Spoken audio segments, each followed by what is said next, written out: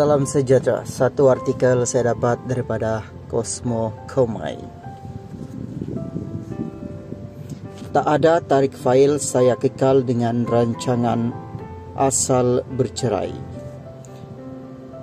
Tidak kisah sekiranya berlarutan dalam tempoh masa panjang, penyanyi Datuk Nur Arifin nekat dan akan terus memfailkan perceraian terhadap suaminya Dr. Rosdi Ramli pada sebutan kali kedua proses pelantikan jawatan kuasa pendamai dalam kurungan JKP di Mahkamah Rendah Syariah Petaling di sini hari ini.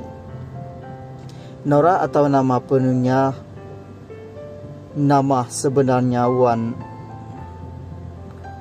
Nur Hafizah Wan Arifin, 52, yang tiba di perkarangan mahkamah kira-kira pukul 8 pagi tadi, berkata dia melantik kakak angkatnya Rafidah Arifin sebagai JKP yang akan mewakilinya untuk proses tersebut.